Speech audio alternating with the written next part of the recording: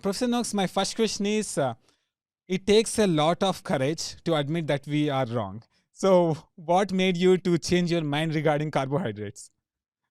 So I think you know my story. You mentioned my book, Law of Running, and that promoted a high carbohydrate diet. And I researched carbohydrates for 20 or 30 years and was convinced that carbohydrates were healthy. Then I discovered that I'd eaten this high carbohydrate diet and it made me unhealthy. And I developed type 2 diabetes. And I then discovered the solution. I read Eric Westman's book, The New Atkins for the New You.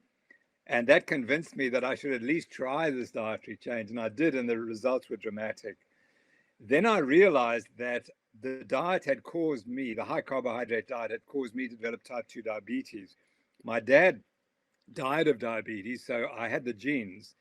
And even though I'd run all these marathons, I ran 70 marathons or ultra marathons in my life, all that exercise didn't prevent me from getting type 2 diabetes. However, the diet reversed my diabetes. And then I realized that I'd written this book that was widely read, and I was causing diabetes in many athletes. And I had the choice: either you say you're wrong and help those athletes, or continue to prescribe this wrong diet.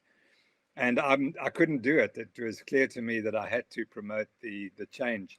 I never realized that I'd get such a strong backlash, including, as you know, I was essentially thrown out of my university as a renegade, which is quite something when you worked in a university for close to 35 years or so. But anyway, it's been a good experience, and I've learned a great deal. And I'm glad it. In fact, in the end, I'm glad it happened. They should please subscribe to the BNS Goku Great channel and learn all about the fabulous diets that will make them very healthy.